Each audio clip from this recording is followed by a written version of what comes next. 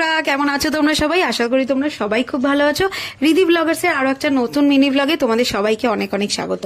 তো কালকে আছে আমাদের এখানে শীতলা পুজো, তার জন্য আমরা প্রত্যেক বছর পান্তা ভাত খাই।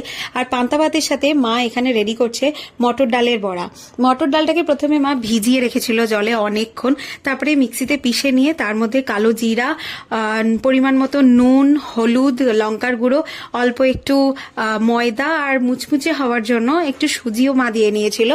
তারপরে আমি আর কি ফেটিয়ে দিচ্ছিলাম। তারপরে মা একটা কড়াইয়ের মধ্যে তেল গরম করেছে, আর তারপর দেখো কি সুন্দরভাবে মা ছোট ছোট গোল্লা গোল্লা করে কড়াইয়ের মধ্যে ছেড়ে দিচ্ছে। আর এইটা কিন্তু যতক্ষণ না পুরো লালচে হয়ে যাচ্ছে ততক্ষণ কিন্তু মা ধিমে আছে জিনিসটাকে ভেজেছিল। আর এই দেখো মায়ের এখানে কিন্তু প্রত্যেকটা বড়া ভাজাও কমপ্লিট হয়ে গেছে। তো এই পুরো ব্লগ দেখতে হলে আমার চ্যানেলে গিয়ে চেক আউট করতে হবে। টাটা, দেখা হচ্ছে next